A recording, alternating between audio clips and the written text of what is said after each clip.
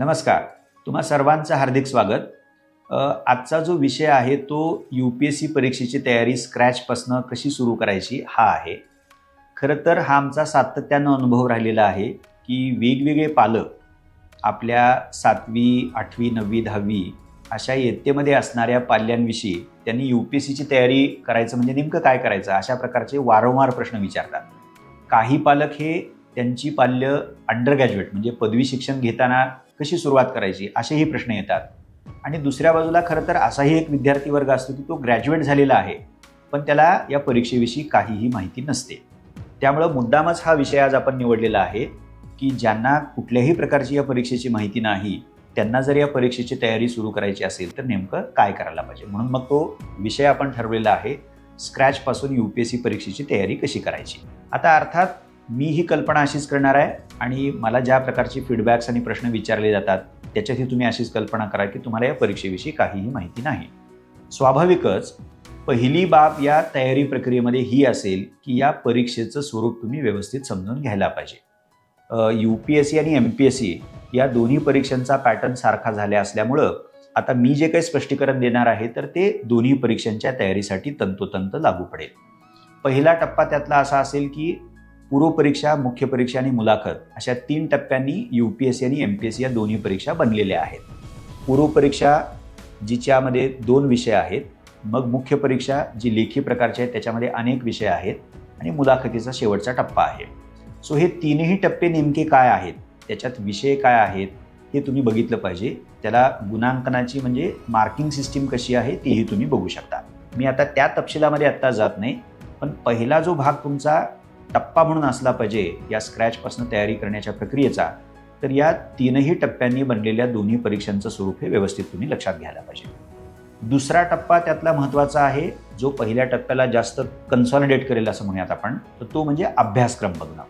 दोन्ही आयोगानं पूर्वपरीक्षेमधले 2 पेपर्स आणि मुख्य परीक्षेमधले जे काही सर्व पेपर्स आहेत त्या सर्व पेपरचा डिटेल सिलेबस दिलेला आहे.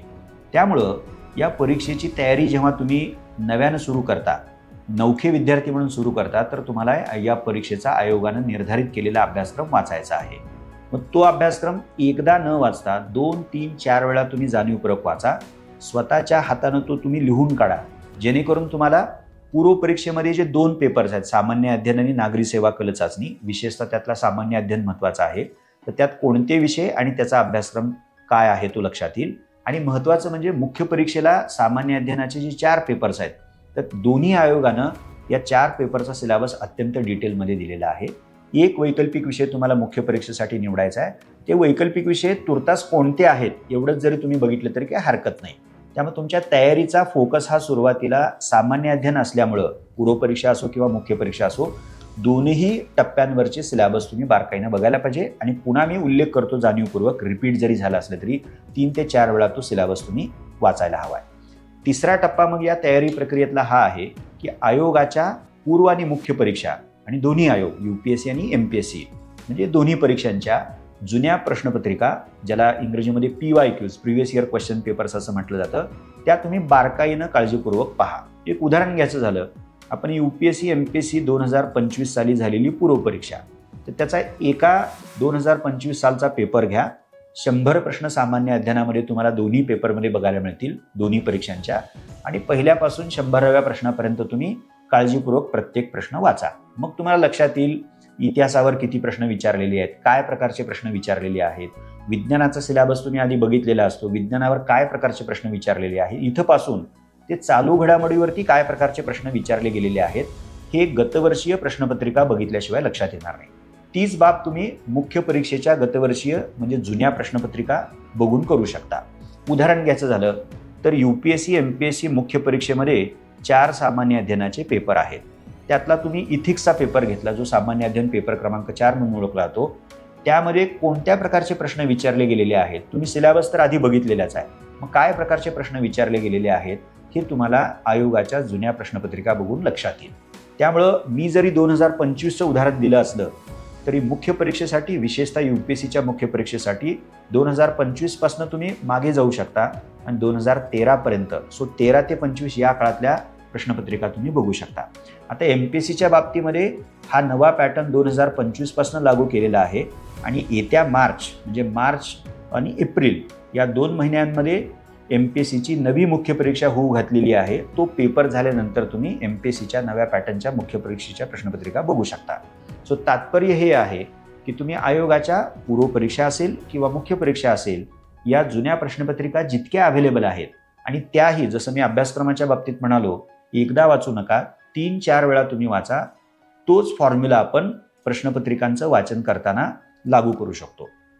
एक प्रश्नपत्रिका जेव्हा मी 2 ते 3 वेळा वाचेन, तर मला प्रश्न काय प्रकारचे विचारले गेलेले आहेत, त्याचं स्वरूप काय आहे, त्याच्या मागचं लॉजिक काय आहे, हे मला व्यवस्थित पद्धतीनं समजून घेता येऊ शकतं.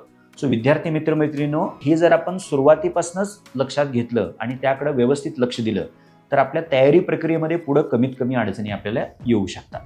यानंतर चौथा जो भाग तुमच्या या तयारी प्रक्रियेमध्ये महत्त्वाचा ठरतो, तो म्हणजे मला परीक्षेचं स्वरूप कळलंय, मला अभ्यासक्रम माहिती आहे, जुन्या प्रश्नपत्रिका देखील मी आता बघितलेल्या आहेत. आता नेक्स्ट स्टेप काय असली पाहिजे, तर स्वाभाविकच ती वाचायचं काय, म्हणजे कोणत्या विषयासाठी कोणतं पुस्तक, संदर्भ साहित्य, संदर्भ मटेरियल मी वाचायला पाहिजे.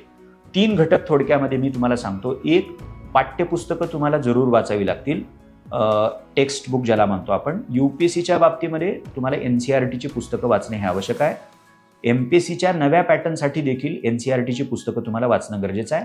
युनिक पब्लिकेशननं म्हणजे आपल्या संस्थेनं प्रकाशनाच्या माध्यमातून NCERTची मराठीतनं पुस्तकं उपलब्ध केलेली आहेत. तुमचं माध्यम हिंदी किंवा इंग्लिश असेल तर त्या भाषा माध्यमातून देखील ही NCERTची CBSE पाठ्यक्रमांची पाठ्यपुस्तकं उपलब्ध आहेत. सो या परीक्षेच्या तयारीची सुरुवातच पाठ्यपुस्तकांपासून व्हायला पाहिजे. तुम्हाला कदाचित आश्चर्य वाटेल की पाठ्यपुस्तकं का वाचायची, कारण या दोन्ही परीक्षांमध्ये MPSC, UPSC, पूर्वपरीक्षा असेल किंवा मुख्य परीक्षा असेल, तो विषय जर चांगला समजून घ्यायचा असेल तर तुम्हाला संकल्पना माहिती असायला पाहिजेत. आणि पाठ्यपुस्तकांमध्ये त्या इयत्तेच्या विद्यार्थ्यांचा दर्जा लक्षात घेऊन, स्तर लक्षात घेऊन त्या संकल्पना सोदाहरण आणि सुलभ पद्धतीनं समजून सांगितल्या जातात. त्यामुळे पाठ्यपुस्तकं या तयारी प्रक्रियेचा पहिला टप्पा म्हणून तुम्ही बघायला पाहिजे, संदर्भ पुस्तकाचा भाग म्हणून. पाठ्यपुस्तकानंतर पाठ्यपुस्तकाशिवाय तुम्हाला संदर्भ पुस्तकामध्ये जे वाचायचे ते म्हणजे प्रत्येक विषयाचं एक रेफरन्स पुस्तक. आता उदाहरण घ्यायचं झालं तर आधुनिक भारताचा इतिहास, तर इंग्रजीमध्ये बिपन चंद्रा यांनी लिहिलेलं इंडिया स्ट्रगल फॉर इंडिपेंडन्स हे पुस्तक प्रसिद्ध आहे. त्याचा मराठीमध्ये अनुवाद झालेला आहे. तसंच तुम्हाला भारतीय राज्यघटना, इंग्रजीमध्ये लक्ष्मीकांत यांचं इंडियन पॉलिटी आहे आणि मराठीमध्ये आपल्या युनिक संस्थेनं भारतीय राज्यघटना घटनात्मक प्रक्रिया खंड 1 हे पुस्तक राज्यघटनेवरती सविस्तर असं पुस्तक लिहिलेलं आहे. सो अशा रीतीनं पाठ्यपुस्तकं हा तुमच्या संदर्भ पुस्तकातला, संदर्भ साहित्यातला पहिला घटक. त्यानंतर एक संदर्भ पुस्तक किमान प्रत्येक विषयासाठी तुम्ही वाचायला पाहिजे. त्याच्या बरोबरीनं तुम्हाला आणखीन एक बाब संदर्भ पुस्तकामध्ये पाहावी लागेल, ती म्हणजे वर्तमानपत्र. तुम्ही मराठीमधनं तयारी करत असाल तर मराठीमधनं एक वर्तमानपत्र साधारणतः एक अर्धा तास, पाऊण तास, कधी तास, आणि इंग्रजीमधलं वर्तमानपत्र देखील तुम्हाला वाचायची सवय करावी लागेल. द हिंदू नावाचं जे सुचवलं जातं ते चांगलं पण आहे, किंवा इंडियन एक्सप्रेस सुरुवातीला तुम्ही बघू शकता. सो अशा रीतीनं पाठ्यपुस्तकं, एक संदर्भ पुस्तक आणि 2 वर्तमानपत्रांचं वाचन यापासनं तुमच्या तयारीला सुरुवात होऊ शकते. शेवटचा भाग यातला, या स्क्रॅचपासनं तयारी दोन्ही परीक्षांची कशी करायची या मुद्द्याचा, तो म्हणजे नियोजन. आता तुम्ही ग्रॅज्युएट आहात का झालेलं आहे तुमचं ग्रॅज्युएशन, तुम्हाला जो काही वेळ उपलब्ध आहे आणि अर्थात तुम्ही कोणत्या साली परीक्षा देणार आहात हे तुम्ही एकदा पक्क केलं की मग जो काही कालावधी तुम्हाला तयारीसाठी उपलब्ध आहे त्या कालावधीचं व्यवस्थित टाइम टेबल तुम्हाला करता यायला पाहिजे. आणि मग ते टाइम टेबल करताना मला रोज किती तास अभ्यासाला मिळणार आहे, आठवड्याला किती तास मिळणार आहे, आणि 6 महिन्याला, वर्षभरामध्ये जो काही कालावधी तुम्हाला अभ्यासासाठी उपलब्ध आहे तो कागदावरती लिहून काढा.